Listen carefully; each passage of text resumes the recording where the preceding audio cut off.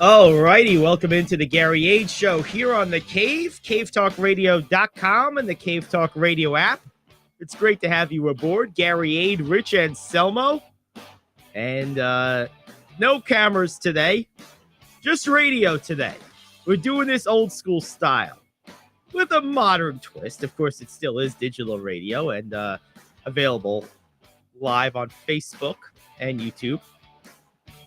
Just you get to see our cartoon faces, not our real faces today. Some days that's better. It probably usually is. A lot of good stuff to get to. First of all, we had our first edition of the OC Smash Players of the Week. We had congratulations to Ryan Tompkins and to Mason Cross, both of the 10U squad. They are our players of the week. You'll be hearing my interview with both of those young men here in the next couple of minutes, 10:20 to be exact or thereabouts. It'll lead us right into the question of the day. And in case you missed that, we'll be airing it a second time in hour 2. So there you have it. Both were very, very interesting. Really cool to talk to both of them. You know, Mason actually threw a no-hitter, which is really cool. And then that is awesome. Yeah, really good stuff. His mom was there to see it. Both their mothers, nice. Sabrina Tompkins for Ryan and Amanda for Mason were also part of the interview. So you'll hear from both of them as well. That's coming up in a little while. Of course, we have NBA and some NFL news today in the way of Buffalo. But first, we have the opening rant, which to me is an unusual topic, but necessary.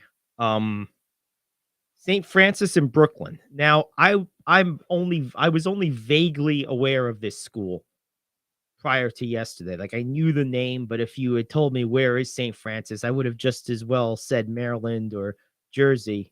I wouldn't have known where they were. My mom, having been born and raised in Brooklyn, I asked her if she, once I clicked on it and saw what it was about and where they were, I was like, are you familiar with these people? And she was.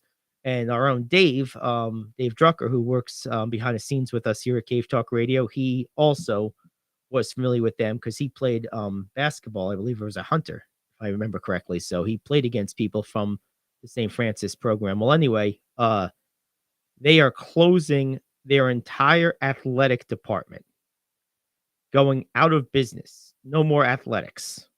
And I'm just going to read you some of the reasons that were officially given in the official media release here. And then I'm going to read between the lines and give my interpretation on what this means. Because as is normally the case with these things, what is said and what is really meant or what is really the truth aren't always the same. This is the chair of the school's board of trustees making a statement here. There are challenges facing higher education institutions, particularly smaller liberal arts colleges in the Northeast, from which SFC is not immune. Among these challenges are increased operating expenses, flattening revenue streams, and plateauing enrollment due in part to a shrinking pool of high school graduates in the aftermath of COVID. Okay, so let's unpack this for a second. First of all, increased operating expenses, aka we pay our administrators too much and we have too big a bureaucracy. Flattening revenue streams, aka we can't keep increasing our tuition rates exponentially. We're running out of ability to do that. Plateauing enrollment, aka, well, we're charging too much, so people aren't coming here anymore. Shrinking pool of high school graduates. No, it's the same number of people graduating. They're just going elsewhere and doing other things because college is a stupid expense that doesn't make sense anymore. So there, I fixed it for you. So really what he should have said is, due to the fact that I pay my staff entirely too much, including myself, and the fact that we've been raising tuition despite not improving our quality of education for decades, people have decided not to come here anymore. So therefore, instead of fixing the problem, we're going to go ahead and cut some expenses so we can continue to perpetuate our misbehavior for a little bit longer. There, I fixed it. That's what it should have said. Now, I don't know that specifically about St. Francis, but I know that to be the case with most major corporations and particularly higher education. Because let me give a little education on higher education. So, for those who aren't aware, everyone knows people have student loans. They don't really, I don't know if everyone understands exactly how the system is set up. So, let me break this down. So, when the new student loan laws went into effect, the ones that are currently operated under, it was like 2009, 2008, something like that. Um, what it effectively did prior to that, let's go back. Before that, you had to qualify for a student loan, much the same way you have to qualify for a car loan or a home loan or a personal loan or something like that now. And so it obviously was not equal, right? Based on your ability to repay, determined your ability to borrow, as it should be. Well, with the new laws, in the interest of access to education, equal access, um, what happened is the government became the guarantor, aka you and me, became the guarantor of all student loans up to a set maximum, which has altered, always up, of course, over the years. So now, effectively, I think the last time I looked, like a quarter million is the top or somewhere around there. Effectively, an 18-year-old with no credit history, no job history, and no irrespective of what their future job prospects are, aka their major, can get $250,000 fully guaranteed by the taxpayers.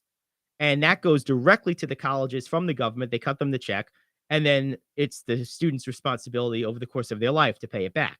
That's the current system. So in that system, this is a great deal for the schools, right? They get guaranteed money right away.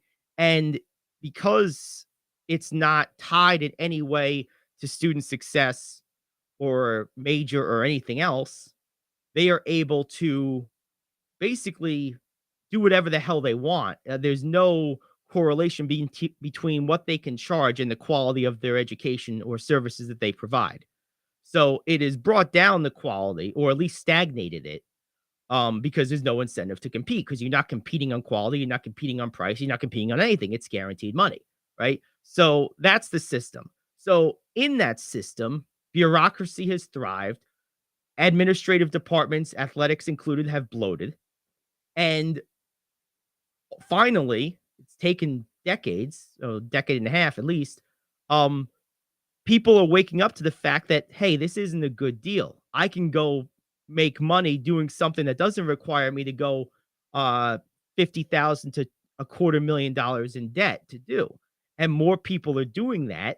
And thus less people are paying these ridiculous prices. And instead of actually addressing the problem, they are going to cut expenses so that they can perpetuate their misbehavior for a little bit longer. This is going to come home to roost. Now, the other thing you have to understand here, like we were talking at the question yesterday, with the risk of alienating your patrons if you're a private Catholic school, these colleges are, unless you are an actual public institution, say Ohio State, but private schools like St. Francis are only nominally so. They're only nominally private because of the economic reality that I just described.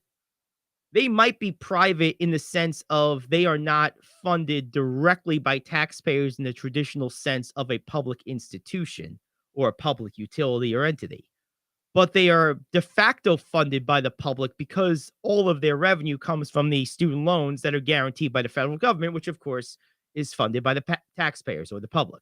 So these are pseudo public private partnerships, and these type of things create unaccountable bureaucracies, and unaccountable bureaucracies by definition never hold themselves accountable for their own failures.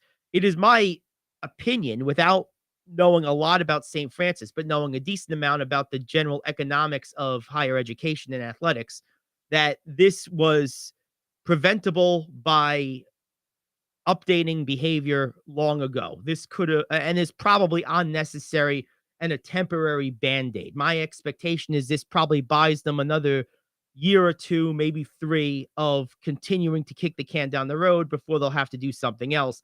This is not going to solve their problems. All of those things that that board of trustee chair was talking about are the direct result of not being competitive on your pricing, your quality of your content, and updating yourself to the new consumer demands that are finally, after a decade and a half, breaking through the false placenta of a government funded education that you still have to pay back. But people are not just going to college thinking it's the only way forward anymore.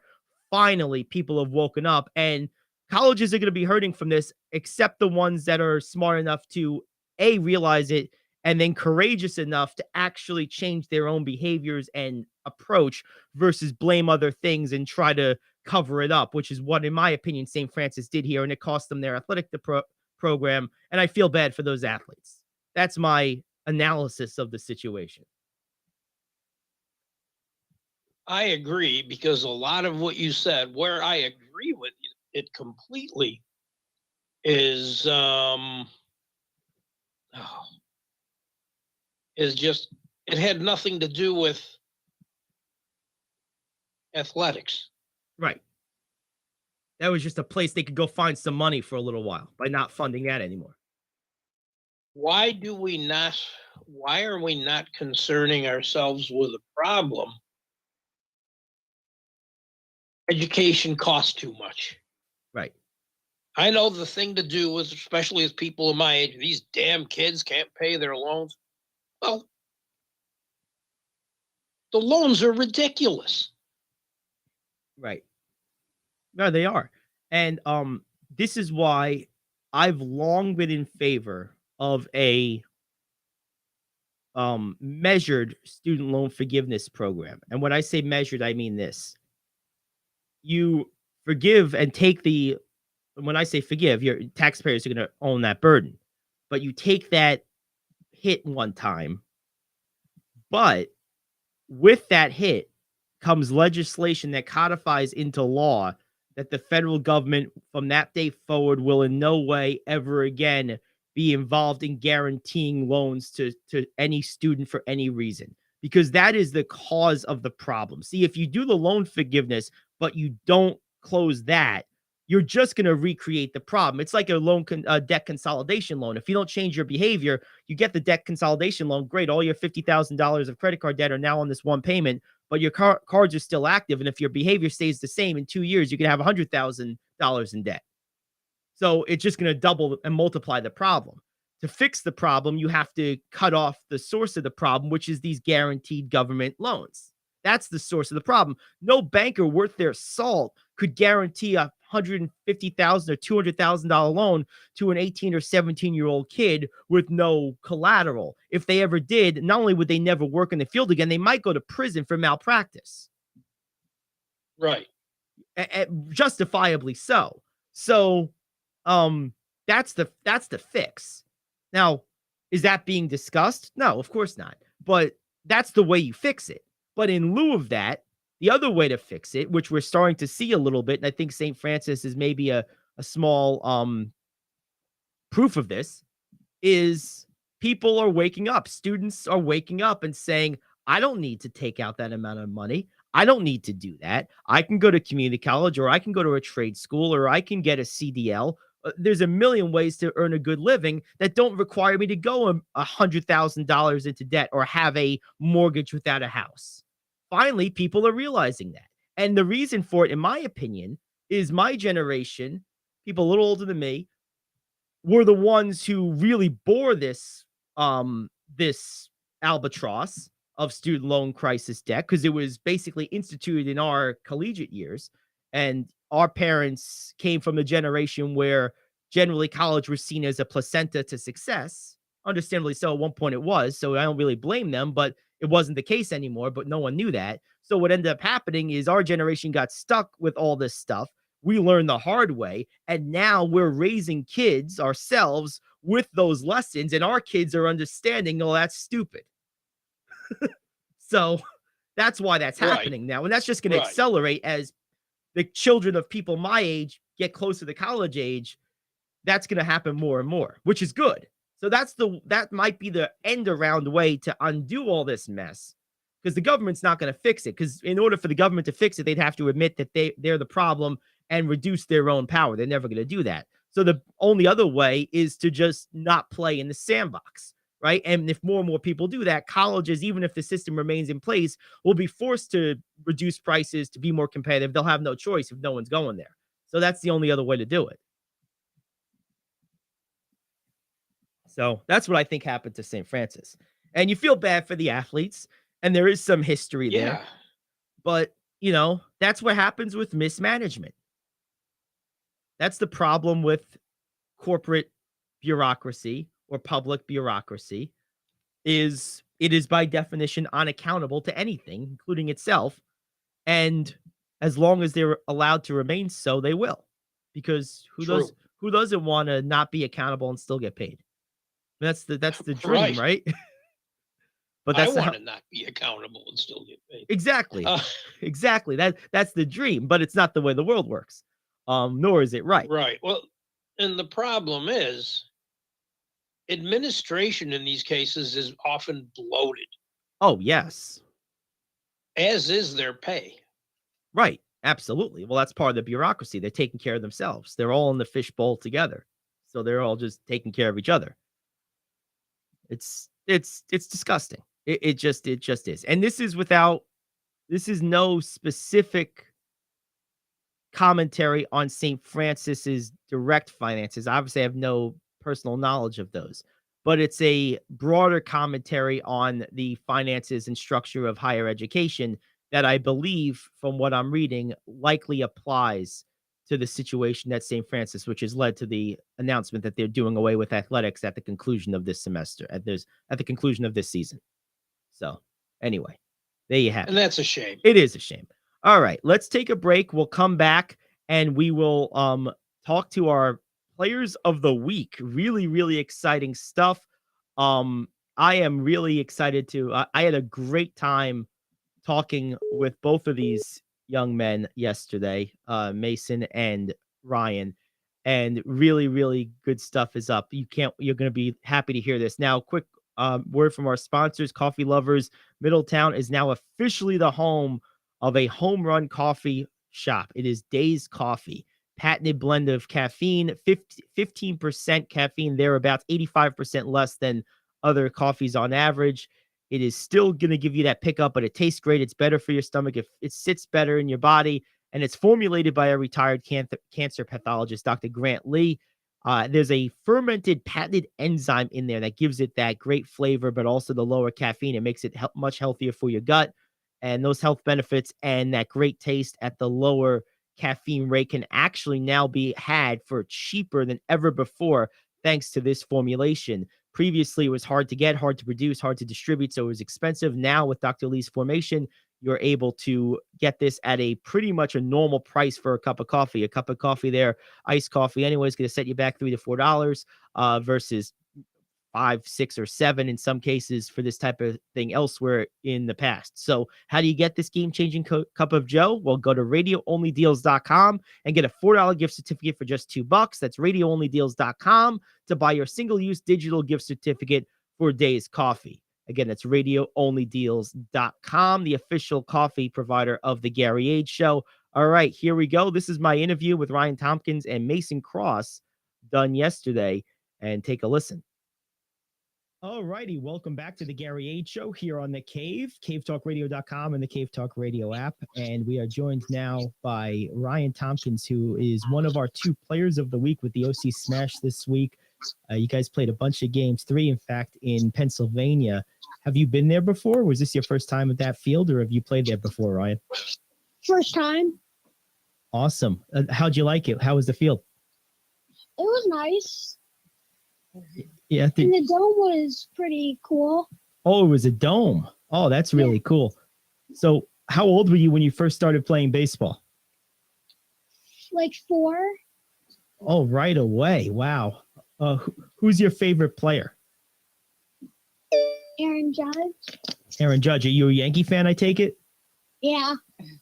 You try to hit home runs like Aaron Judge? Yeah. All right, very good. Yeah, he hit a lot of them last year. What do you like so much about Judge? What makes him your favorite player? He has like good batting stance and he swings like through, and I need to practice on my batting a little more. So Very, very Yeah. cool. Cool. Now, so is this your first year with the Smash, or have you been playing since you were like 7 or 8? no, this is my first year. This is your first year. How do you like your team this year? They're nice. They're fun to hang out with. Very cool. Now what positions do you play?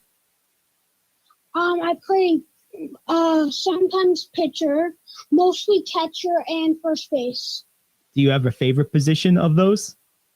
Probably catcher. Catcher. Yeah, your catcher is really, really important.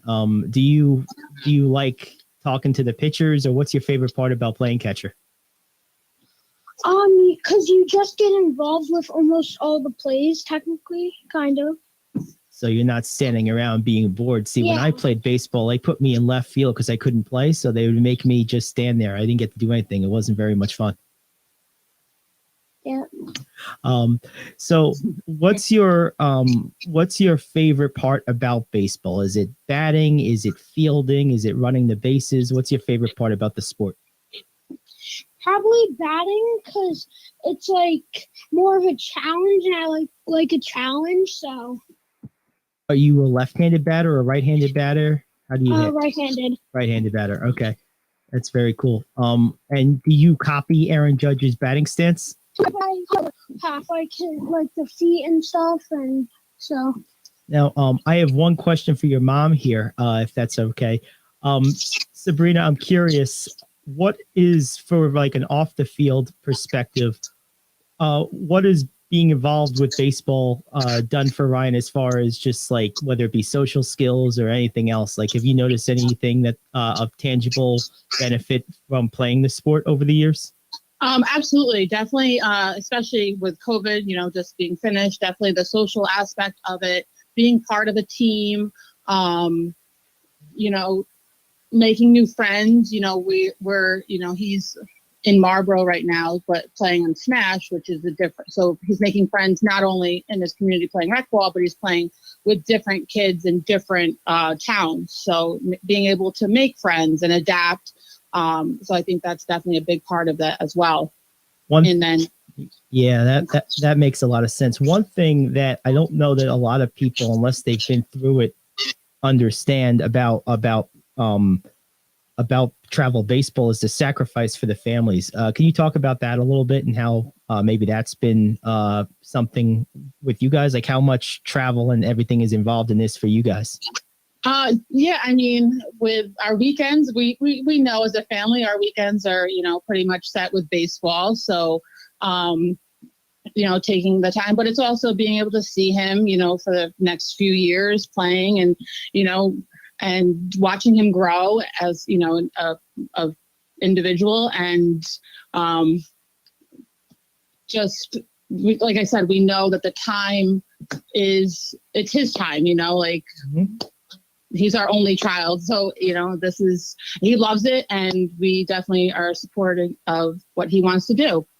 That's awesome. And Ryan, one more question for you. You had a lot of hits this week, a lot of RBIs. Was there one at bat or one play that you remember most fondly from the weekend? Your favorite play?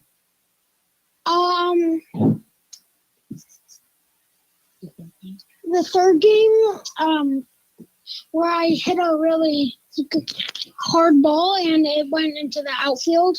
It went like right down the second baseline. So right up the middle then. Yeah. Awesome. Was that an RBI? Did you get an RBI on that hit? Yeah. Awesome. Well, cool. Well, congratulations, and enjoy the rest of your season. Thank you.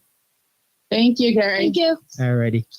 That's Ryan Tompkins with his mother, Sabrina, one of our 2 players of the week this year for the Orange County Smash 10 and under team. Coming up next, we'll talk to our other player of the game, Mason Cross, here on the Gary Ayd Show on The Cave.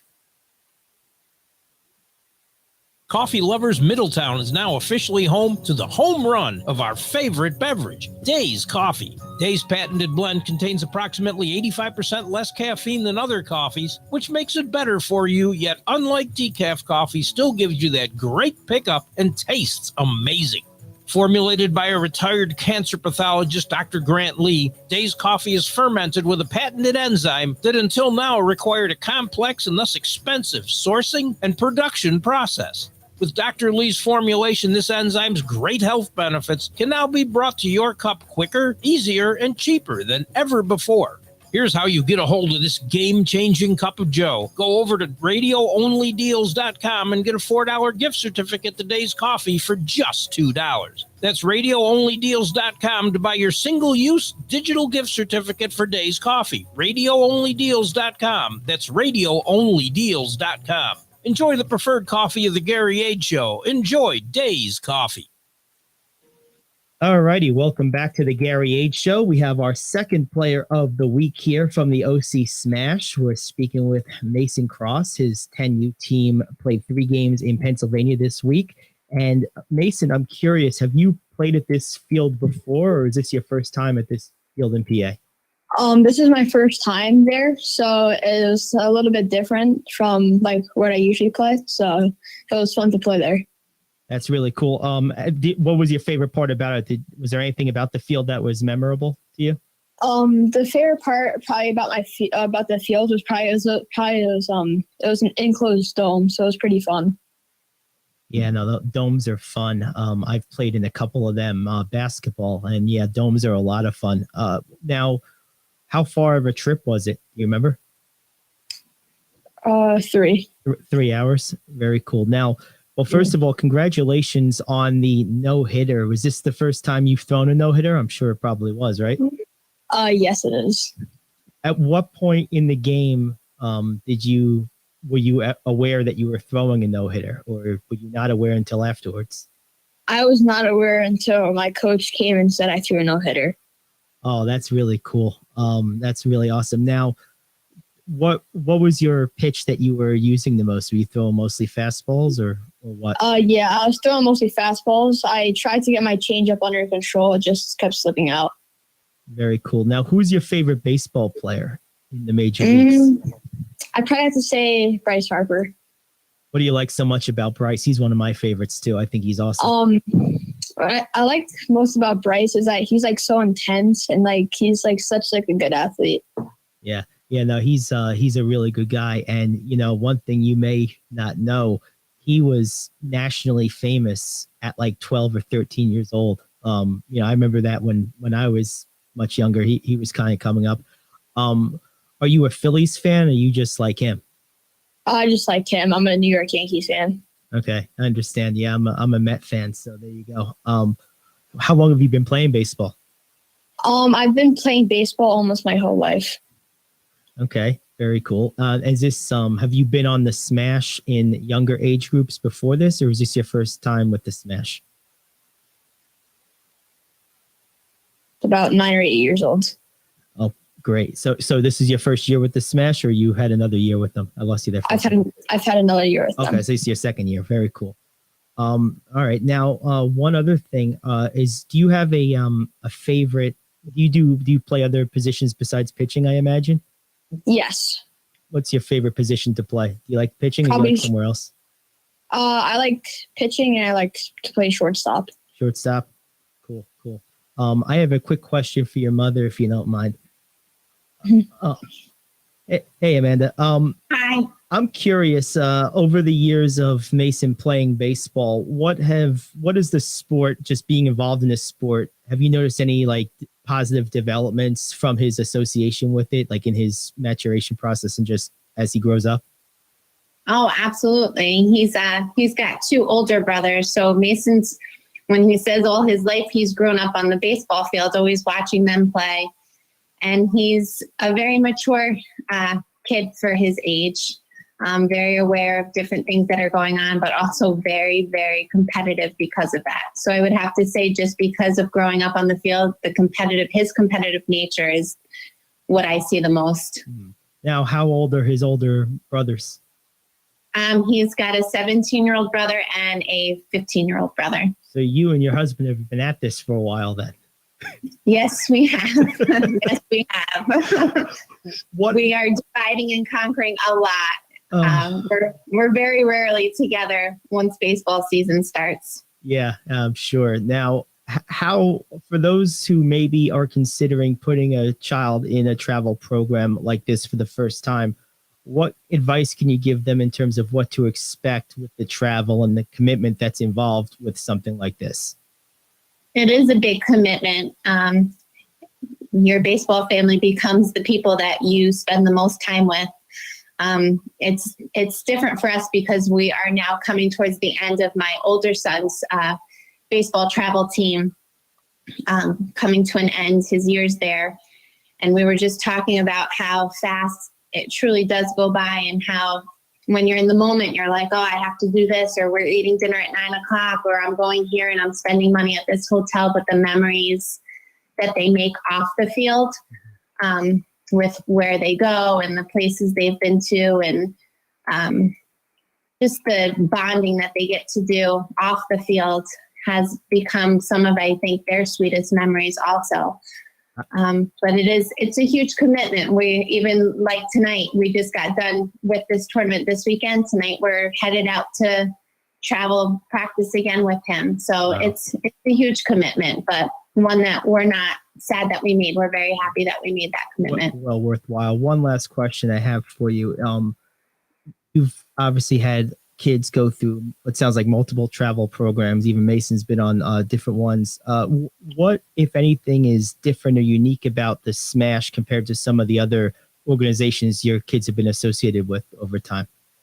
Well, this one has a lot more teams with it. So you're able to keep growing with it. And there's kids that are older than you and kids that are younger than you. And I like how if they're short on players, they're able to pull up from other teams. So this way they don't have to sacrifice missing their game because of that. Like a built-in minor leagues. Absolutely. That's really cool.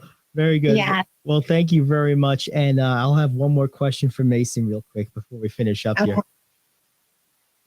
All right. So Mason, before I let you go here, I have to ask, was this no-hitter your favorite baseball memory so far? Or if not, what was? So this is probably like one of my favorites because this is like going to be memorable because that's my first no-hitter I've ever thrown. Yeah. Yeah, that's pretty cool. Well, congratulations and enjoy the rest of your season, okay? Okay, thank you. Thank you. All right, Thanks so much. thank you very much, guys. That is Mason Cross and his mother, Amanda. This is the Gary Ayd Show. Back after this here on The Cave. All right, well, there you have it. Good stuff from Amanda, Mason, Ryan, and his mother, Sabrina. Really good job all the way around, guys. A lot of fun. I think people have to understand it. It is a what these kids do, and of course, what it means their parents do to allow them to do these things is no small thing. I mean, it's one thing to play in your local little league where you're playing basically in the same field against the same teams all the time, or in a very close radius. These travel programs, you heard Mason at the top of his interview, 3 hours away. I mean, this is no small commitment. So good job by the families and the kids here. Really cool stuff. Happy to shed some light on it and give them a little spotlight there. It's well deserved. And this is stuff that goes around in America all day, every day. A lot of families make these type of sacrifices and commitments, and they build memories. I mean, these are the type of things these kids will remember 40, 50 years from now when they have kids and even grandkids. You know, these are important memories, and sports has a development skill, a development magic that other forms of entertainment or activities that you can partake in as a child just can't match. It just doesn't have. And we talk about that all the time in the context of what we usually talk about here, professional sports and whatnot, but in high collegiate sports. But really where that development happens is on this level here at the youth travel level, at the youth little league level, at the amateur sports level, because those are the ages where you're developing, right? Of course. So it just makes sense. And to hear it and get a little window into it the way we did there with those two is really cool. So good stuff all the way around. And all right, well let's go ahead and take a break. We'll come back and we will do our radio question of the day. It's the Gary Ayd Show here on The Cave. Disney has reimagined hockey. I am KO, back in 1 minute with your sports question of the day. If you have diabetes and you're on Medicare, you may qualify for a free continuous glucose monitor system. Managing your diabetes is crucial to your health. The new CGM systems can automatically manage your diabetes better for you. And by using a CGM system, you can eliminate forever one thing most people with diabetes hate the most: finger sticks. Now it's possible to manage your diabetes better, end the painful finger sticks, and get a new CGM monitoring system at little or no cost to you. We even provide in-home delivery and do all the insurance paperwork for you. Now is the best time to manage your diabetes better and get your continuous glucose monitor. Call now for details. Call 800-438-1391, 800-438-1391. 800-438-1391. That's 800-438-1391. Paid for by U.S. Med. The NHL has teamed up with Disney for a joint endeavor designed to attract a new generation of hockey fans. Their angle of attack is, predictably, through the use of animation. The duo animated an alternate broadcast of a recent Washington Capitals-New York Rangers matchup. The live, real-time volumetric animation of players used technology from puck and player tracking data to recreate the game in a virtual 3D environment. The broadcast drew rave reviews. Question for hockey fans: would you rather watch players or animated characters? Now, all right, so I'm going to let you talk about this, obviously, Rich, because you're the hockey guy here. But I just have a question. Is it still hockey if they're animated characters? Are you still watching your game, or are you watching basically a Disney recreation? It's like watching the Muppets play stickball or something. Like, what are we talking about here? This sounds weird to me. No, it's a little different. You were watching animated characters play hockey, but it was true to form to the regular game. Okay. Their names would be on the screen when they had the puck. Okay. You saw the puck pass to another person, and it would light up when it hit his stick, and you got his name. So you were watching the hockey game. They showed this on Disney Plus and also on ESPN Plus. I don't remember the name of the show, but it was built around characters from this show. And a couple of the characters in the show were also in the game. They made it something very accessible, very easy to watch, and very interesting for kids. Awesome. And I think if it draws young people to the game, it's perfect. I hope they do more of them. I don't remember the name of the town. I am so not with it on Disney shows.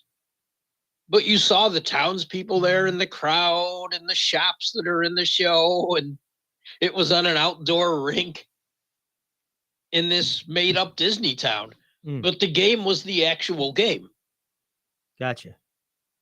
I watched the first period normally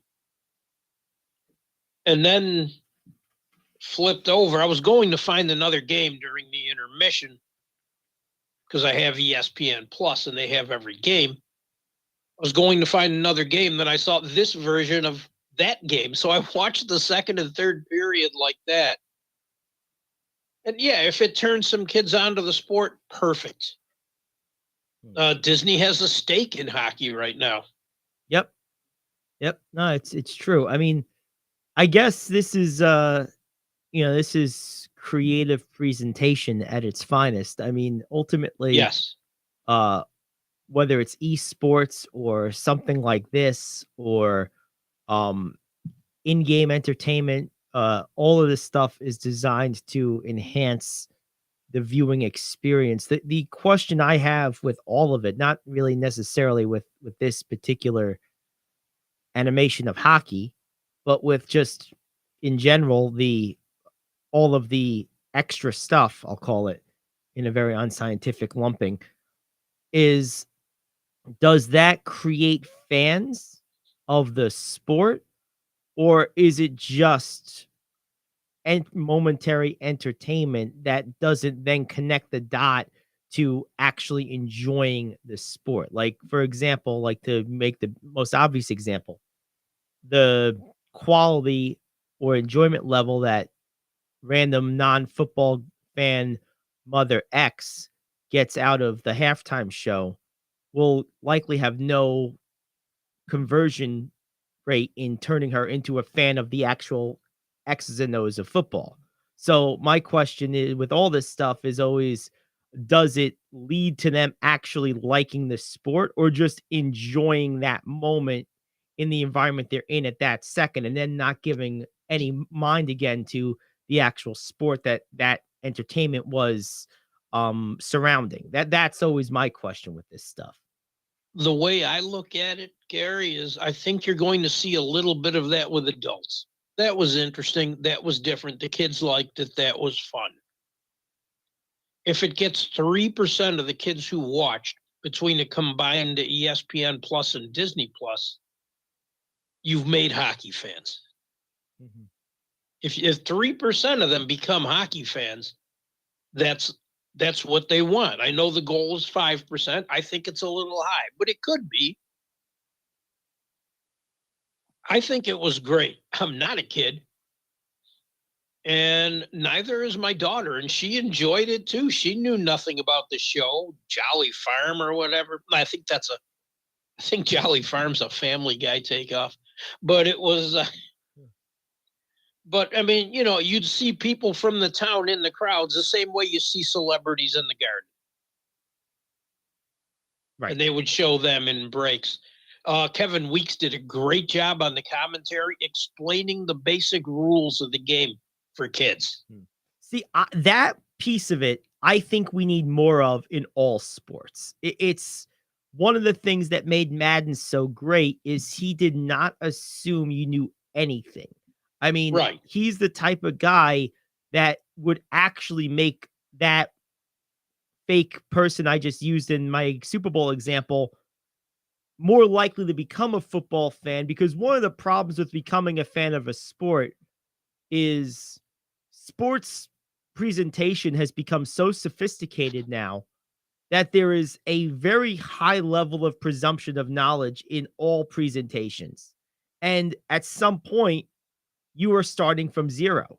And someone has to be the person to sit down and explain to you, okay, so here in this football game or in this hockey game, we have these three sections. They're called zones. This blue line here is your defensive zone. This middle ice is called center ice. This is what you call the neutral zone, because it's neither your defensive zone nor the other team's defensive zone. Like, someone has to break it down in those basic terms at some point for anyone to understand for the first time. And Madden was the only broadcaster I've ever seen do that in any sport. So it's good to hear that someone did this on the Disney feed. And Kevin Weeks did an amazing job. He explained icing to the point where my daughter, who's watched a ton of hockey in her lifetime, said that's how the rule is written. Okay. So even someone that's watched a lot of the game, she said she picked up a couple of things from Weeks because he broke it down in a way that kids should understand it. I thought it was wonderful. They plan on doing more. I hope they do. This is different from what the NFL does with Nickelodeon and the slime stuff and all that. You have Nickelodeon fans who might watch that NFL on Nickelodeon stuff, but are you creating fans? Right. Or are they just watching to see people get slimed and whatnot? I mean, I like the sliming. In fact, when I was a kid going to like carnivals and stuff, my two favorite activities were the dunk tank and the and I don't even know what they call this thing, but basically you like threw like effectively they were water balloons at someone, but one of them had like Slimer stuff in it. It was like based off of like the old Ghostbusters. So they were like, it was like almost like the water balloon version of Russian roulette. Like there were like 12 water balloons or 5 water balloons or whatever it was, and one of them had slime in it, and the person that got slimed ended up winning the prize. So you wanted to get slimed. I used to love it as a kid. I don't know what they called that. It was only at one fair for like 2 or 3 years. There's this one in Goshen called the Great American Weekend. It's been going on for like 40 or 41 years, literally since before I was alive. And I've been going to it my entire life. I think I've missed it once or twice in my whole life.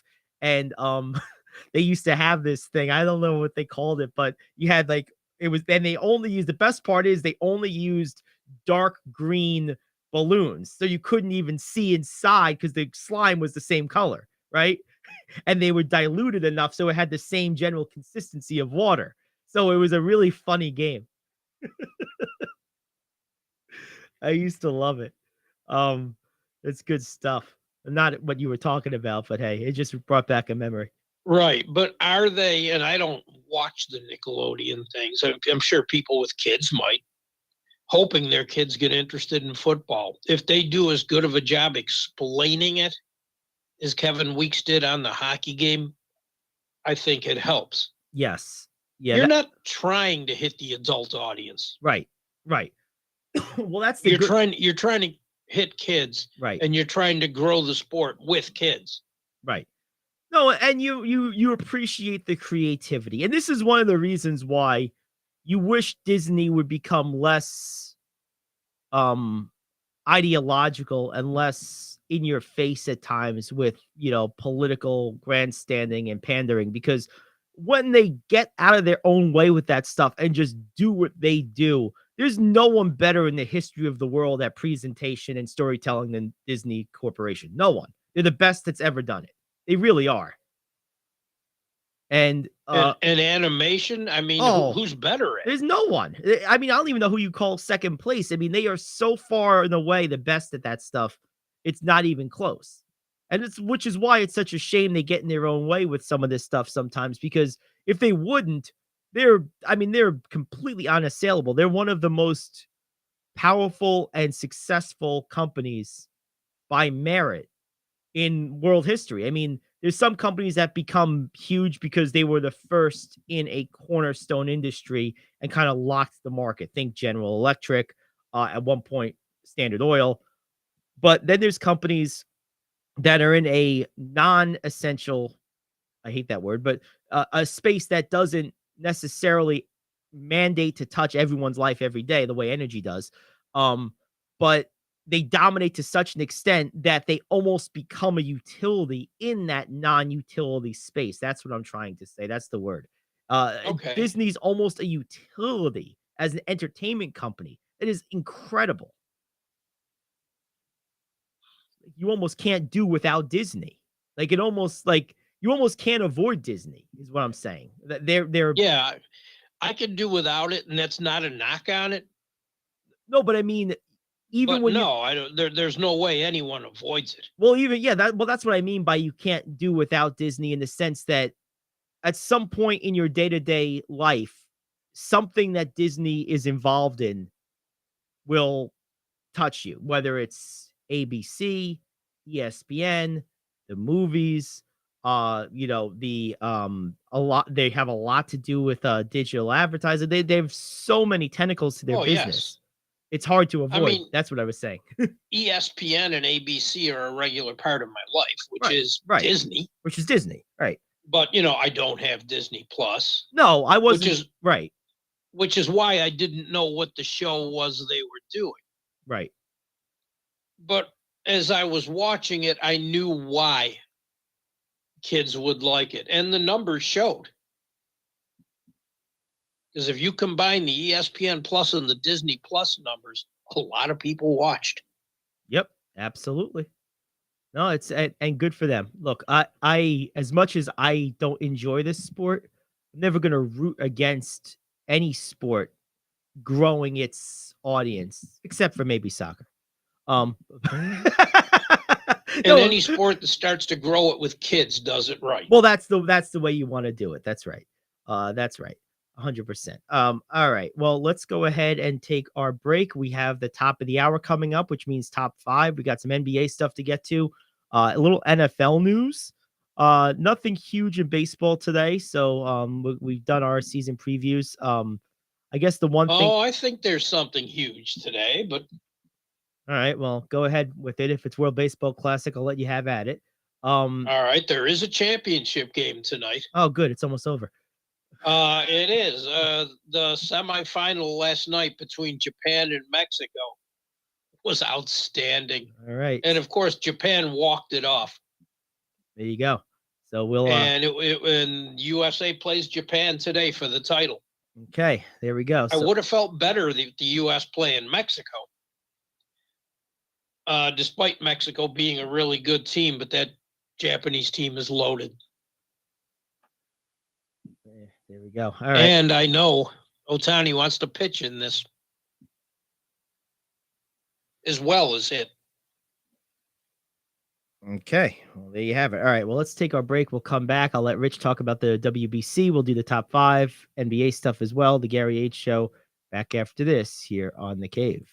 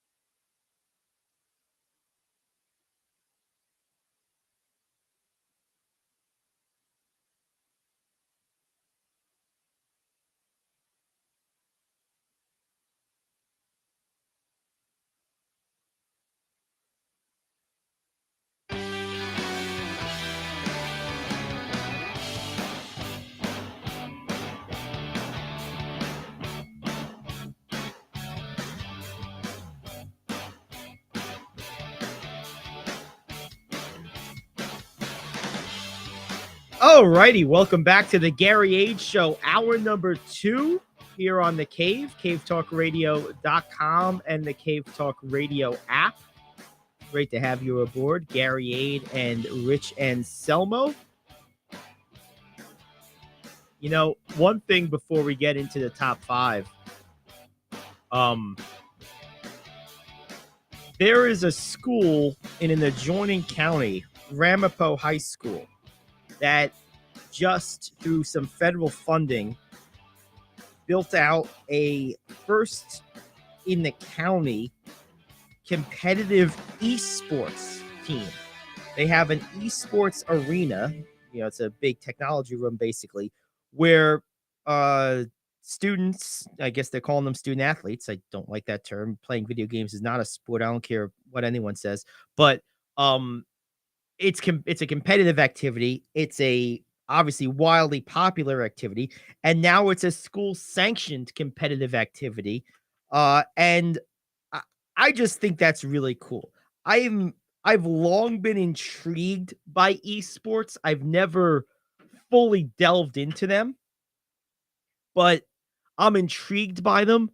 I understand their popularity, and unlike a lot of people my age and older, I don't really look at it as some type of dereliction of parental duty if you have a kid who's like hardcore into competitive video gaming. I mean, it's as legitimate a passion, hobby, or interest, and increasingly has the potential to be an actual, like, if not career, certainly means of making money.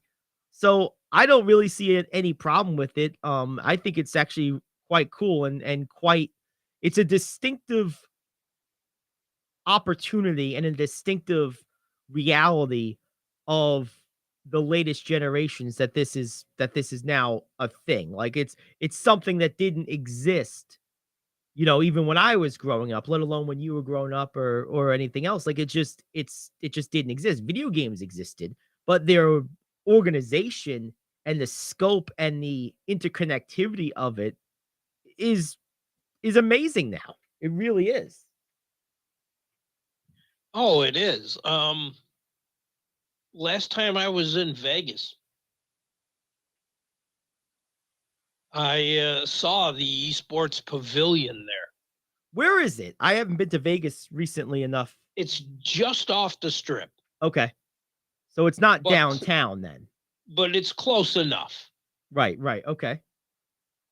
And it was cool because there was an event going on and I couldn't go in. Of course, I didn't have a ticket, but I got to see there were about 4,000 people in there.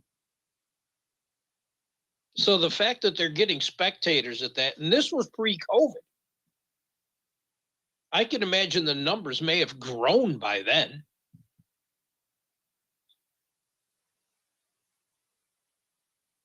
No, it's cool amazing. stuff. It's absolutely amazing. And it's going to continue to grow. I mean, these are tournaments with a lot of people competing. I think it takes a certain person to sit and watch it. Yes. Well, that's the part that amazes me, and that I have the hardest time relating to. The idea to sit and watch other people play video games as something that I want to do is antithetical to me. I mean, that's the type of thing that you do out of love and because your kid wants you to watch them play a video game. Yes. You know, it's not like I know I want to go watch video games today. Like, no, but lots and lots and lots with a capital L and exclamation point of people do that daily, all the time. Oh, they do. Oh, it's crazy. So it's a thing. I mean, it's not my thing. It's not your thing, but it's definitely a thing. It is. I mean, and I get it in a way. I probably wouldn't be in the audience, but I would be in awe watching someone play something like, oh, geez, what was the fighting game that was huge for the past 10 years? Fight Night? No. Oh, I don't know. Can't remember the name of it, Okay. but there's been like 6 or 7 sequels to it. Well, I know this. It's like a battle game. Okay. Well, Call of Duty. Yes, thank you. When you said fight, I was thinking like boxing. So Oh no, no. Yeah, yeah. I Call of own Duty. the game. Yeah, and I can't remember the name. Call of Duty. Yeah. It would be awesome to sit and watch someone who's great at it, considering I'm middling at it at best. Right. Oh, it's tremendous. There was a TV show some years ago it was probably the first time I fully understood the true scale and scope of what esports had become and was continuing to become. And I forget the name of the show, but they were showing the like World Madden Championship tournament. It was being played on a giant screen, like something the size of like a major league scoreboard in like somewhere in Manhattan.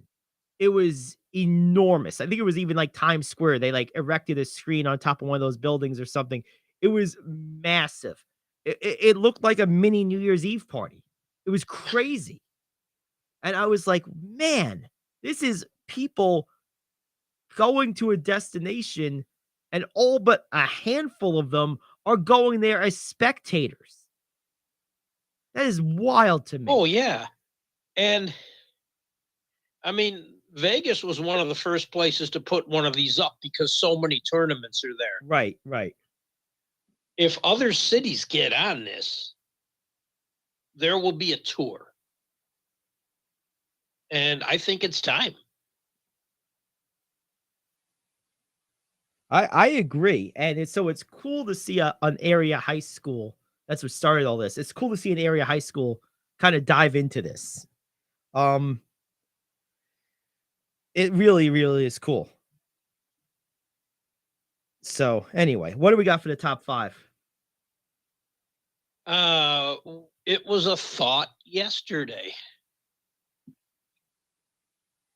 that you were talking about duos and had mentioned Levine and DeRozan.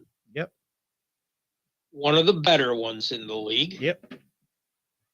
Give me your top 5 best duos. Currently active? Ever. Oh, ever. Okay. All right. Well, I'm going to start with my own definition of what I consider the criteria to qualify as the best duo. It's not necessarily the most accomplished, aka the most championships, which I know everyone wants to go right to. To me, it is a combination of longevity, playing together, statistical accomplishment, competitive relevancy. You have to always be in or around the playoffs and have a few deep runs in there. And also indistinguishability, meaning when I think of you, can I think of you as an individual without your quote running mate? Or are you just tied in my mind? So those are the criteria that I'm going to use. So the top of the list, without a doubt in my mind, is Stockton and Malone. It's not even close. You literally cannot say, I almost can't say the name Malone without Stockton or the name Stockton without Malone. It's like reflexive, Stockton and Malone. Like I can't say Stockton. I feel like I didn't finish the word. Like that's how tied they are together, you know? So they're number one to me. They played together forever. One was until recently the second all-time leading scorer. Now he's third. That's of course Karl Malone. The other is still the all-time assists and steals leader by a wide, crazy margin. It's not even close. And it just, to me, they're the number one duo. After that, it gets very interesting. A lot of duos are obfuscated by the fact that they were part of trios and or teams that had a lot of great players. For example, Magic and Kareem. No one really thinks of them as a duo because they were part of that loaded dynastic 80s Lakers squad with so many other great players. They just think of them as Showtime. And they think of each of them as a great individual player, which of course they both were. You don't think of them as a duo. but they have all the characteristics and qualifications of an all-time great one.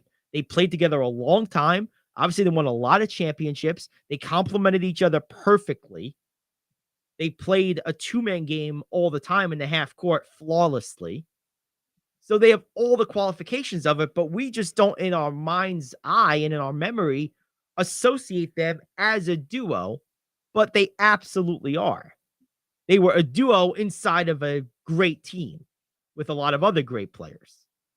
I think that's one of the other reasons that Stockton and Malone stand out so much is the drop off between them and whoever was next was like jumping off of the Grand Canyon. I mean, it was so precipitous, right? I mean, yeah, James Worthy is not Magic Johnson or Kareem, but he's a bona fide Hall of Famer. You know, Jeff Hornacek at 35 was a nice player, but he was no Hall of Famer. You know, he would be the next best guy probably on those late 90s Jazz teams. And that's just those last couple of years. There were many years where you couldn't even name their third best player. Right? Like there were a lot of anonymous good players. I don't want to disparage them, good players, but nothing like, you know, you want to talk about Antoine Carr or, you know, maybe Mark Eaton, or you can talk about I think what's his name, played there for a little while. I don't remember. Like the Green, I think was a name there for a little while. There were some guys there that were pretty good, but like no one in their class, no one close. So that's part of the reason they're number one. I'm going to go. So Kareem and Magic come to mind, despite the fact that they're not really thought of as a duo. Certainly Shaq and Kobe. Jordan and Pippen, no doubt about it. Yes. I think, you know, in much the same way, same logic, same scenario. Obviously, they were contemporaries and rivals, but the duo of Bird and McHale, I think, has to be mentioned, even though they were part of a greater team. Yes. I think that comes to mind. And they played together for a while. You know, one duo that I don't think gets its just due, because most people remember the duo of Monroe and Frazier. But remember, they were rivals for far longer than they were teammates. Right. When Monroe was in Washington, he paired with a guy named Gus Johnson. Yes, he did. And what a show that was. And they were together a long time. Well, they play about 8 years together, something like that. Yes. And I remember Dave DeBuscher telling me a story about Gus Johnson. He said he was the toughest. Said he wasn't the biggest, but he is the toughest player he has ever played against. Said he was rough, but never dirty. And Gus Johnson is one of the most overrated players. Underrated. I'm sorry. Yeah, I knew what you meant. Ever. Yeah. No, he really is.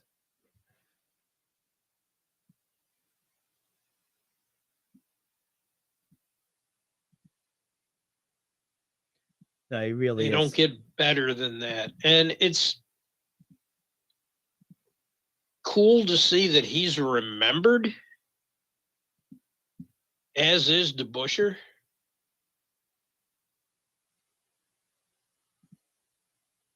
But you don't get those kind of rivalries like that anymore because teams don't play each other as much as they used to. Right.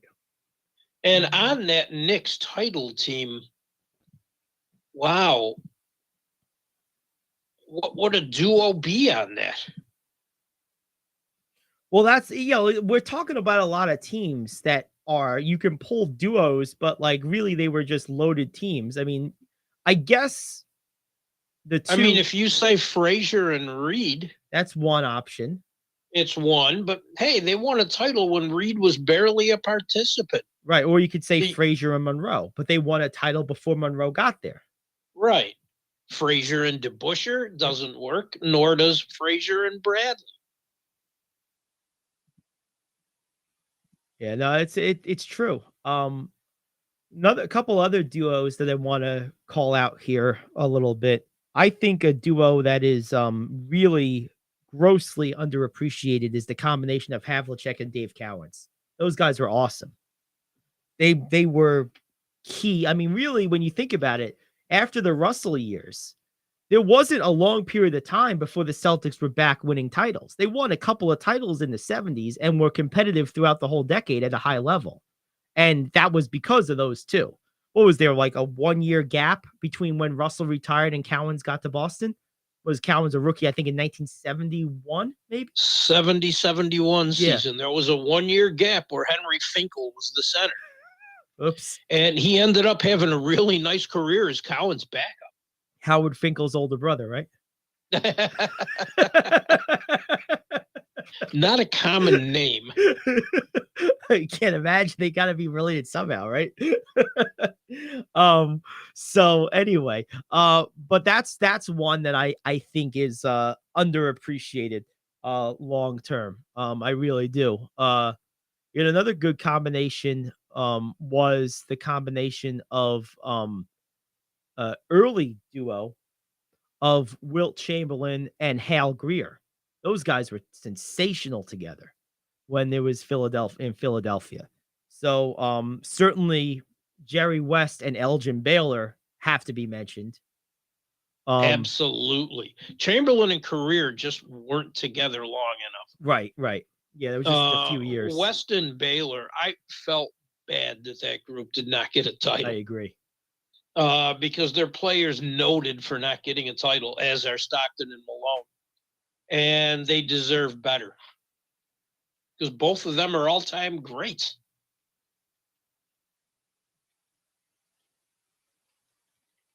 Yeah, no, it's true. So we have a number of names here. Oh, we do.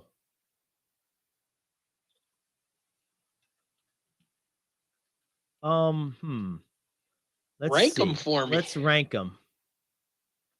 Oh, man, this is hard. Well, one, as I said, is not hard. One is Stockton and Malone. That's number one. I think number two, I'm going to go, and this shows you where I emphasize championships. I think number two, I'm going to go with Elgin Baylor and Jerry West, because they played together for so long, for so many years, and were always a bridesmaid, never a bride, as we know, but they were just so damn good. And they only were losing every year to the best team in probably team sports history. Yeah. The ultimate dynasty in the history of dynasties. So it's not exactly that they were losing to bums. So there's that. That's going to be number two. And we're doing the best NBA duos of all time. Coming up in a couple of minutes, we'll be re-airing our earlier interviews with Ryan Tompkins and Mason Cross, our Orange County Smash Players of the Week. Right now, we're just going through the rest of our top five here. Number three, I'm going to go with, it's a toss-up to me, number three. Jordan and Pippen or Shaq and Kobe. And there's different reasons for both. Jordan and Pippen obviously won more titles. They were together longer. And they were more, I guess those are the two things. They won more titles and they were together longer. Shaq and Kobe, to me, more fully completed basketball. And what I mean by that is, when you think of all the skills and all the different player types and all the different attributes that make up what can happen on the basketball court, between the two of them, they were elite at every single one of them. And there's very few duos where that's the case. And they were so perfect opposites, both in skill, player style, and temperament, that they were just the perfect pair in a combustible, volatile type of way. The circus around them all those years added to it. It really did in retrospect. It was maddening at the time, but in retrospect, it really made it cool. So it's tough to rank one of those over the other. I'm going to just go maybe against my own personal likings, I'm gonna go with Jordan and Pippen at 3, just because they did win twice as many titles together, and they did play together much longer. So, I'm gonna go with them at 3, which of course means Shaq and Kobe at 4, right? And then at I lost you. yeah, so Shaq and Kobe at 4, Jordan and Pippen at 3. And as far as 5 is concerned, I think I'm gonna go with Havlicek and Cowens as the 5th best duo in NBA history. They played Very underrated, dude. underrated, very successful. They played a long time together. So even though Magic and Kareem probably, if you said collectively who were the 2 better players, Magic and Kareem are better players than Havlicek and Cowens. But because of the greater team around them, I think Cowens and Havlicek were more of a true duo. So even despite my disclaimer at the start of this, I'm going to go with the prevailing perception and not include Magic and Kareem or Bird and McHale as much as I would like to. There's only 5 slots here, and there's a lot to choose from. So that's what I'm doing. Okay. Well, remember, they had JoJo White, Paul Silas, that was Don Chaney. That was a loaded team. Yeah, but yeah, not as much as the Lakers team was, because you're looking at Worthy, Scott. I mean, McAdoo coming off the bench. Yes. They had a lot. And we haven't even mentioned Kurt Rambis. Yes, that's right. This was hard. I never gave a disclaimer that it's going to be easy. That's very true. Yeah, I think ultimately it's hard to leave off people like Magic and Kareem especially. But I think I'm comfortable with this list. So recapping it, my 5 best duos in NBA history: John Stockton, Karl Malone.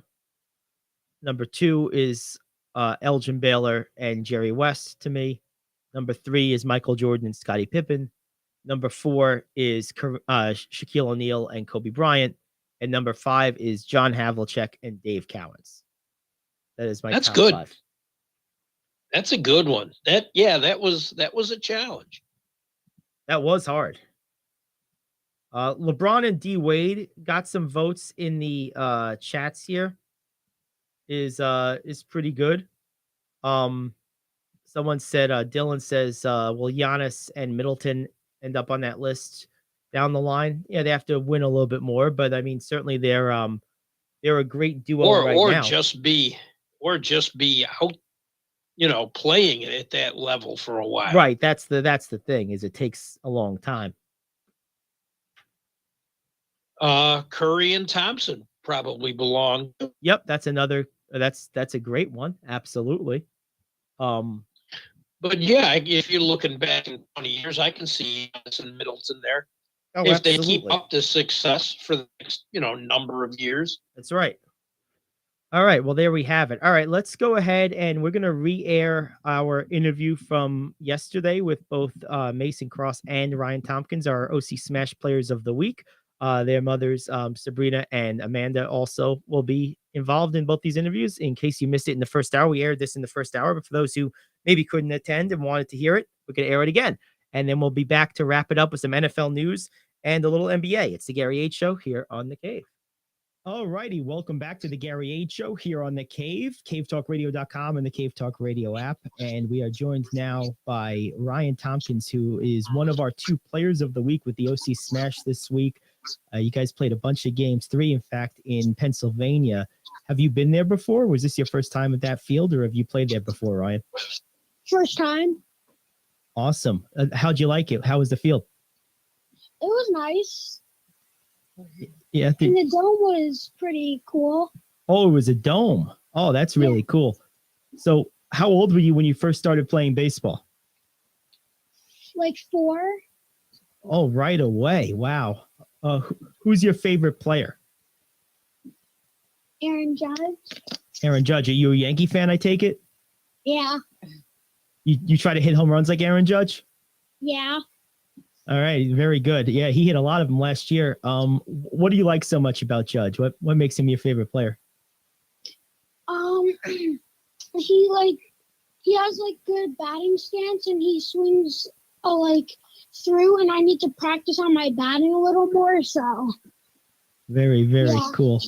cool. Now, so is this your first year with the Smash, or have you been playing since you were like 7 or 8? no, this is my first year. This is your first year. How do you like your team this year?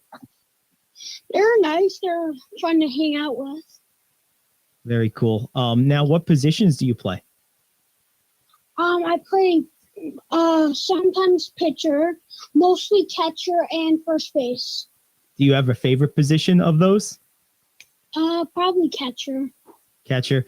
Yeah, your catcher is really, really important. Do you like talking to the pitchers, or what's your favorite part about playing catcher?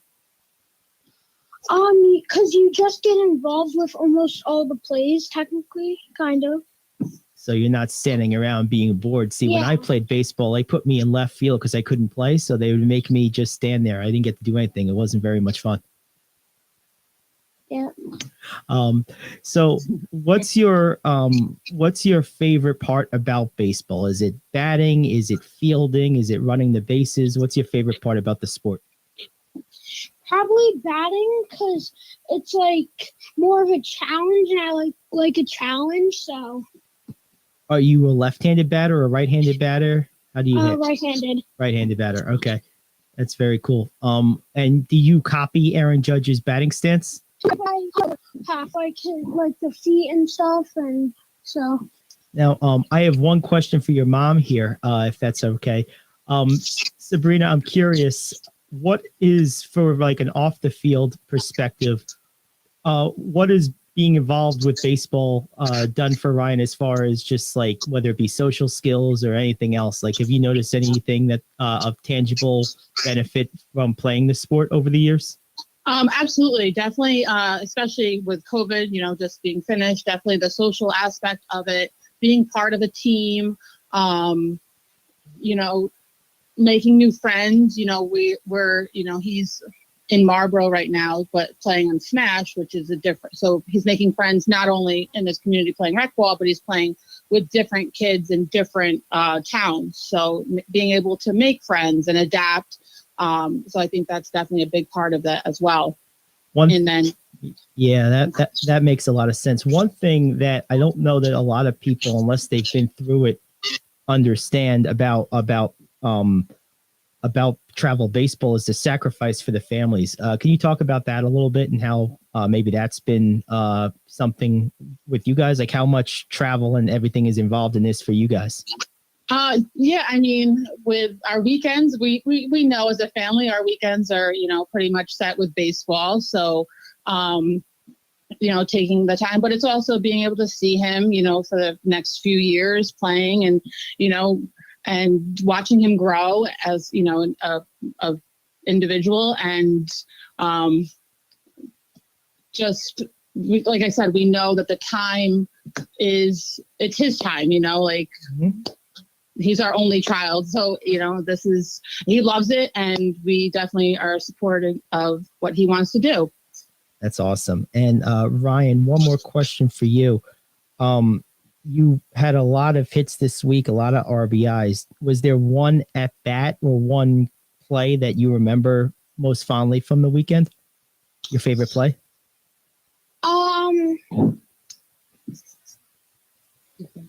The third game, where I hit a really hard ball and it went into the outfield.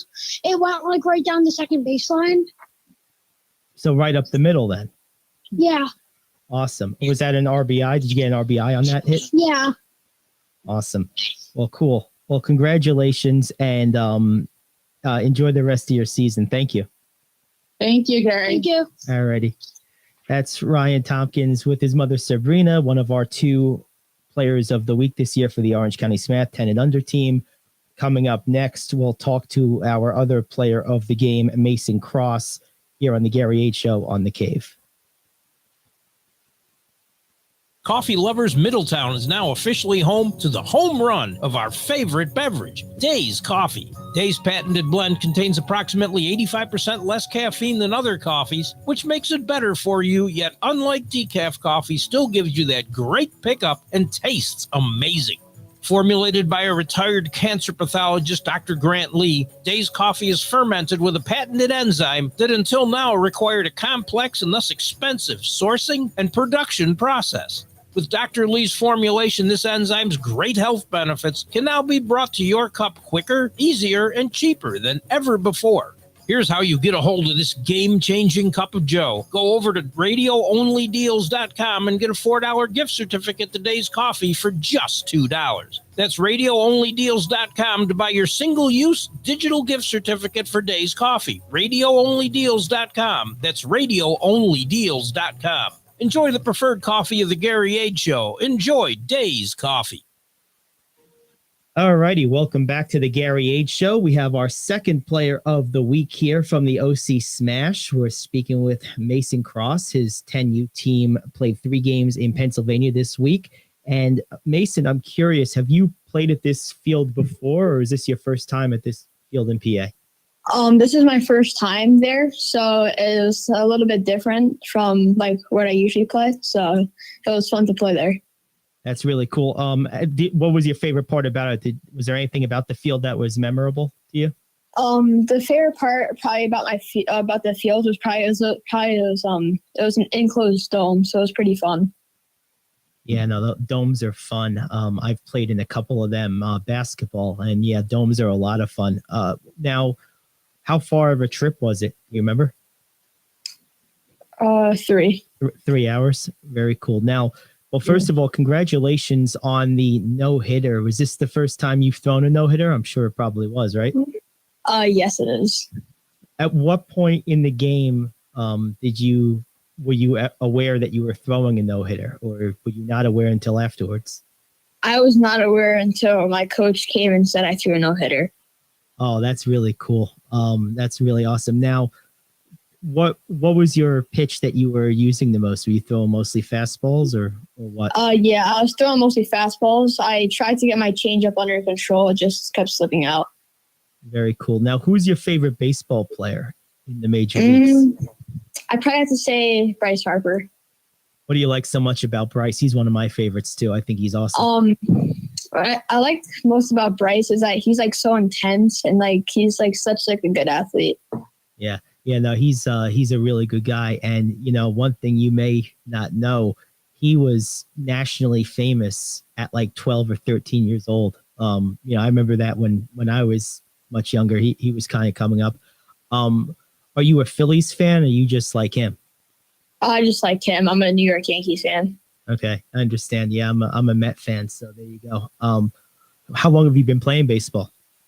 I've been playing baseball almost my whole life.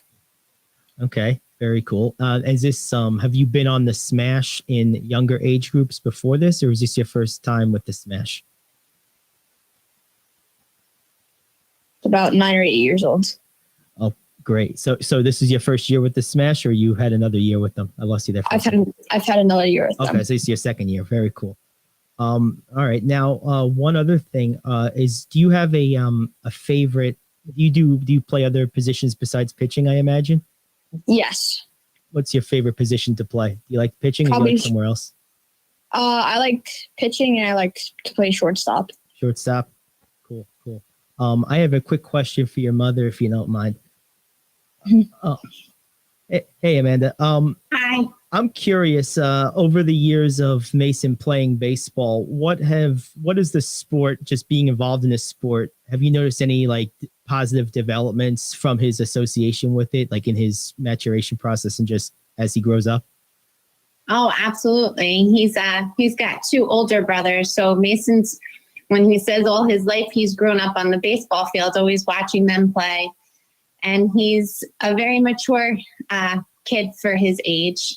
Very aware of different things that are going on, but also very, very competitive because of that. So I would have to say, just because of growing up on the field, his competitive nature is what I see the most. Now, how old are his older brothers? He's got a 17-year-old brother and a 15-year-old brother. So you and your husband have been at this for a while then. Yes, we have. Yes, we have. What? We are dividing and conquering a lot. We're very rarely together once baseball season starts. Yeah, I'm sure. Now, how, for those who maybe are considering putting a child in a travel program like this for the first time, what advice can you give them in terms of what to expect with the travel and the commitment that's involved with something like this? It is a big commitment. Your baseball family becomes the people that you spend the most time with. It's different for us because we are now coming towards the end of my older son's baseball travel team, coming to an end, his years there.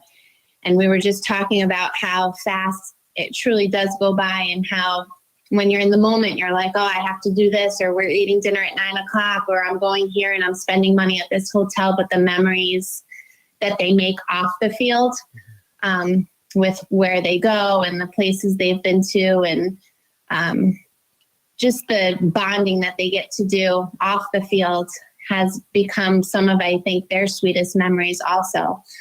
But it's a huge commitment. We even, like tonight, we just got done with this tournament this weekend. Tonight we're headed out to travel practice again with him. So wow. It's a huge commitment, but one that we're not sad that we made. We're very happy that we made that commitment. Well worthwhile. One last question I have for you.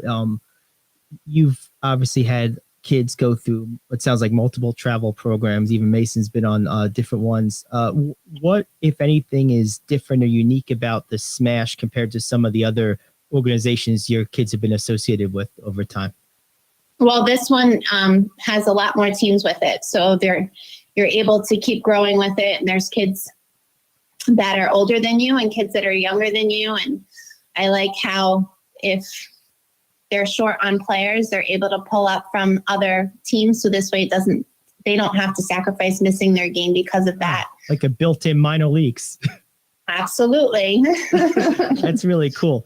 Very good. Yeah. Well, thank you very much. And I'll have one more question for Mason real quick before we finish up here. All right. So Mason, before I let you go here, I have to ask, was this no-hitter your favorite baseball memory so far? Or if not, what was? So this is probably like one of my favorites because this is like going to be memorable because that's my first no-hitter I've ever thrown. Yeah, that's pretty cool. Well, congratulations and enjoy the rest of your season. Okay. Okay. Thank you. Thank you. All right. Thanks so much. Thank you very much, guys. That is Mason Cross and his mother Amanda. This is the Gary Ayd Show. Back after this here on The Cave.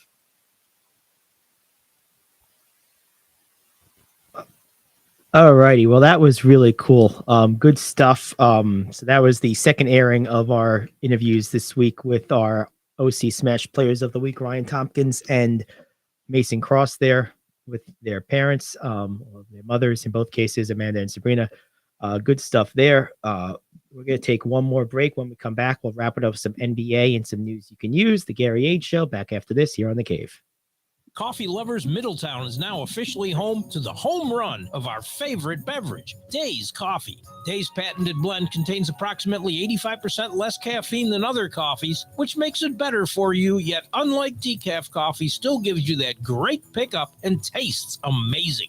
Formulated by a retired cancer pathologist, Dr. Grant Lee, Days Coffee is fermented with a patented enzyme that until now required a complex and thus expensive sourcing and production process. With Dr. Lee's formulation, this enzyme's great health benefits can now be brought to your cup quicker, easier, and cheaper than ever before. Here's how you get a hold of this game-changing cup of joe. Go over to radioonlydeals.com and get a $4 gift certificate to Days Coffee for just $2. That's radioonlydeals.com to buy your single-use digital gift certificate for Days Coffee. Radioonlydeals.com. That's radioonlydeals.com. Enjoy the preferred coffee of the Gary Ayd Show. Enjoy Days Coffee. Do you want to save money on your next flight? Then pick up the phone and call. That's right, call. Because the best prices are not online. They're with SmartFares. See, SmartFares has special deals with the airlines. When they have unsold seats, they use SmartFares to fill them. So you get airline tickets at crazy low prices. They have access to great prices and discounts at over 500 different airlines, plus 300,000 hotels and rental car companies. Their prices are too low to publish online. With the extra money you'll save, you can book another trip or treat yourself to dinner or shopping. So stop searching all of those travel sites to find the lowest price on your next flight. Let one of our SmartFares expert travel agents find the best price for you. Call SmartFares today and get ready to see the world with a fat wallet. 800-370-2460. 800-370-2460. 800-370-2460. That's 800-370-2460. Come on, you watch the news. Be prepared to pay more taxes. Then if you owe back taxes or haven't filed in a few years, get ready. The IRS, the largest collection agency in the world, will be coming after you with the power to collect taxes by any means they want to. Hey, they can freeze your bank account, your passport, even padlock your business. Oh, good times. Look, if the IRS claims you owe them $5,000 or more in back taxes and they're coming after you, don't panic. Call my friends at Get a Tax Lawyer first. Their job is to negotiate with the IRS and save you money. They're experts at it. That's all they do, and you can trust them. In some cases, they have reduced a $50,000 tax bill to less than $1,000. If you owe the IRS $5,000 or more in back taxes, call now for a free consultation. Call 800-649-8617. 800-649-8617. 800-649-8617. That's 800-649-8617. All right, we're back here on the Gary Ayd Show. Last couple minutes of the program. Congrats one more time to our OC Smash Players of the Week, Mason and Ryan. Well deserved. We got some NBA games that we didn't really touch on yet, Rich. Couple, in fact, that are of local relevance. One, Brooklyn is in action tonight, and I think this game is a tough one to predict. I'm looking at it, and honestly, Cleveland and Brooklyn, this game could go either way. It could. Brooklyn's playing well, surprisingly. Yes, they are. And it's nice to see because I don't think they're any worse off than they were with the failed experiments. This can be a very good game, especially playing at home. I know the Cavs are favored. I know they're better, but this will be interesting. Be very interesting. Boston at Sacramento looks good tonight too. Yeah, that is a good game. That's probably the best game of the evening. Looking at this Brooklyn game in greater depth, though, the one thing about this game that I find interesting more than anything else is how is Brooklyn going to handle the front line of Cleveland? Jared Allen's back. Mobley, of course, is there. What does Brooklyn do to not get killed on the boards, particularly the offensive boards tonight? They're going to have to gang rebound a little bit. That's it. Use a lot of Nick Claxton and crash the boards. 5 guys crash. Oh, by the way, another bit of local news today. I'm sure it's in your news you can use, so we'll get to that actually. All right, well, that's a tease, I guess. Boston and Sacramento, we mentioned that. The other games tonight are not that exciting. Oklahoma City at LA, though, could be interesting, that being the Clippers. This game has major playoff implications for both teams in the jumbled up West. So you're the Clipper fan here. How are you feeling about this one, Rich? It's going to depend on defense.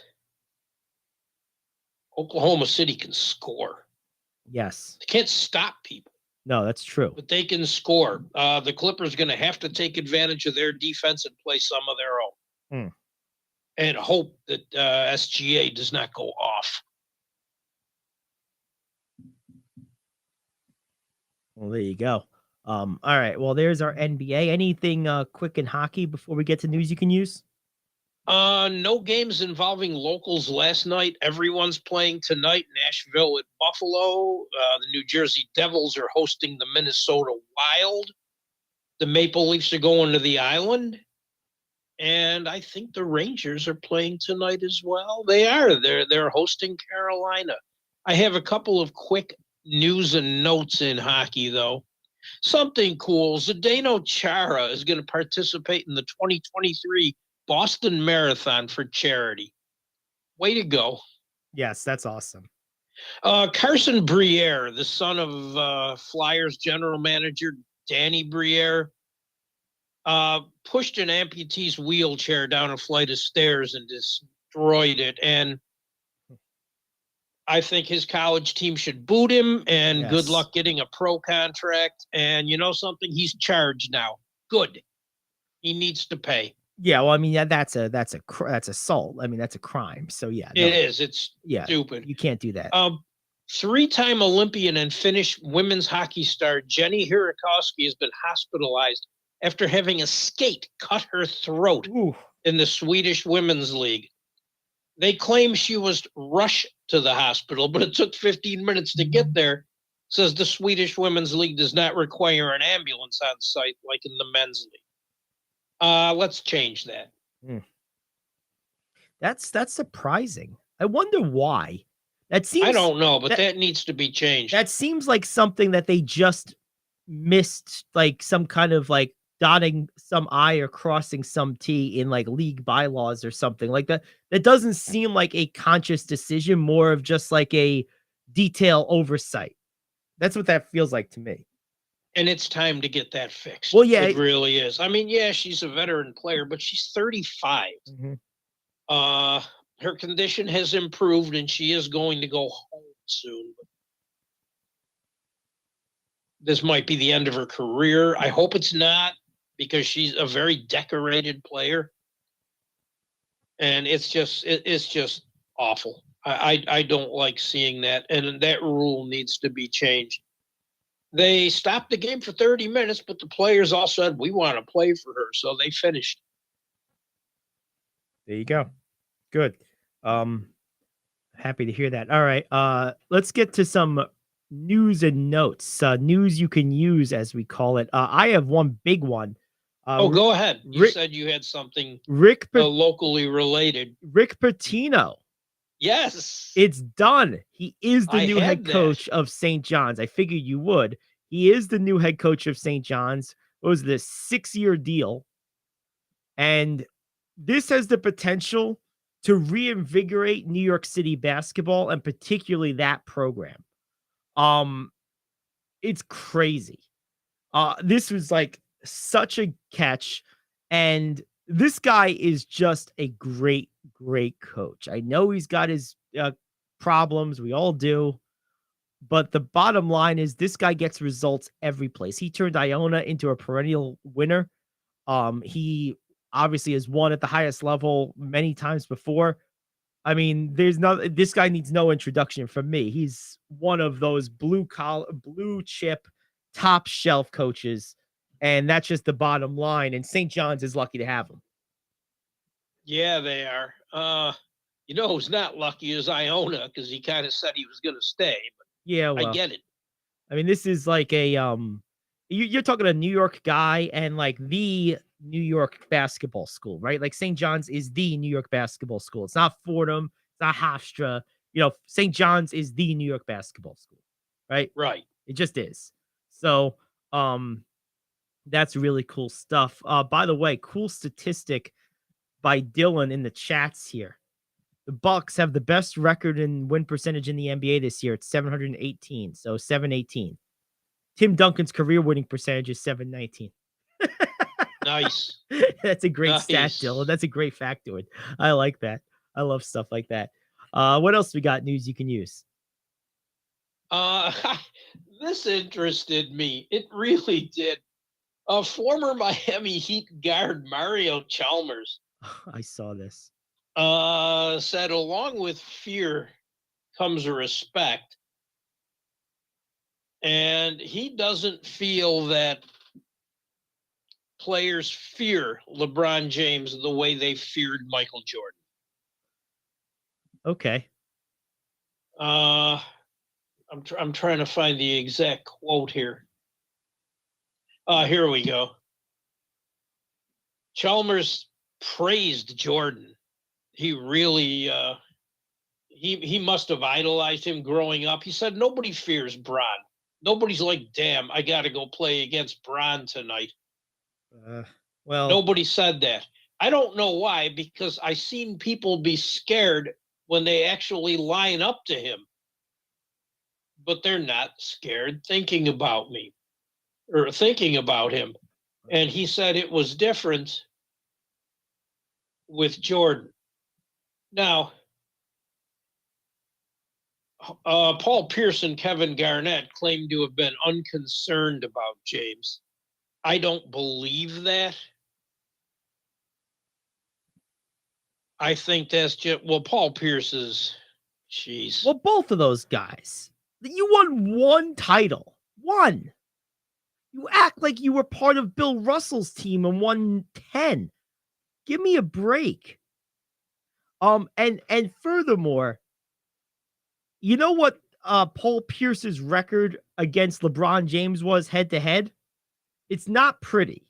I'm gonna pull it up. Not at all. I'm gonna pull it up. I'm gonna pull it up real quick. Oh, please do, because okay. So I get 17 and 13 in favor of LeBron in the playoffs. Okay, it's a little closer than I thought. But the last few years, like the Cavs and then the Heat, the Heat more specifically, owned the Celtics. And here's the thing. Draymond Green, who I can't stand, one thing he can do really well is talk, right? He does talk. He can. He does lots of talking. He does it publicly too with the podcast he has. He flat out said that I'm forced to play the best basketball I can possibly play every time I play LeBron. And it's, in so many words, said it's a nerve-wracking experience because of how damn good he is. You have to worry about every inch of both sides of the court, every play when you're playing against LeBron. Yeah, that sounds like fear to me. Yeah. Just saying. Now, Kendrick Perkins told JJ Redick on his podcast, he said before Game 7 of the 2008 Eastern Conference semifinals, he prayed that James got hurt because he was afraid to face him. Yes, that sounds like fear too. Yeah. And he admitted he was afraid. Right.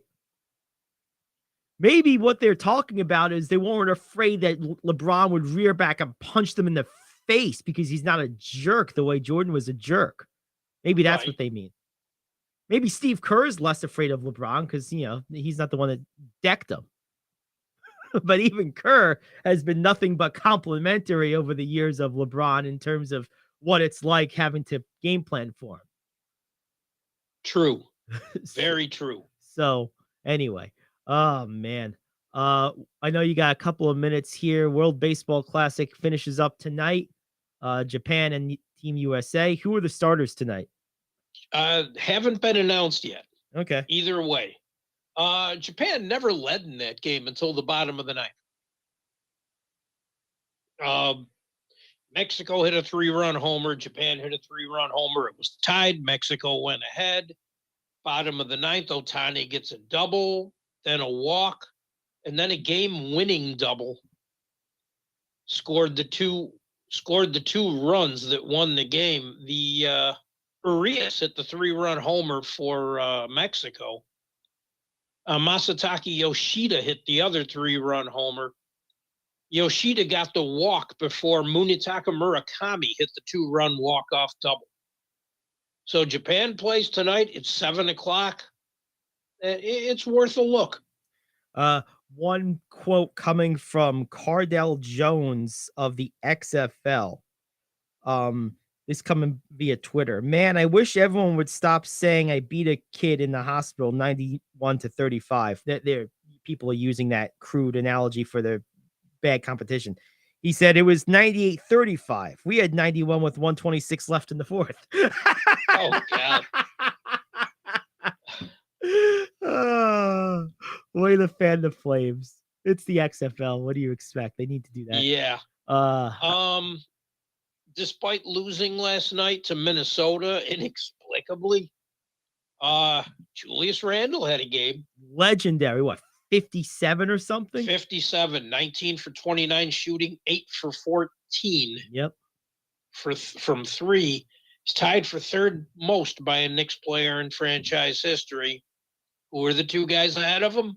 Carmelo and Bernard King. You got it. Yep. Both had 60. 62 and 60 respectively. So Melo had the 62, right? Yes. Yeah, I remember that game. There you have it. All right. Well, great show today. We'll be back tomorrow, 10 to noon. Thanks everyone for tuning in. We'll be back tomorrow, 10 to noon, the Gary Ayd Show here on The Cave.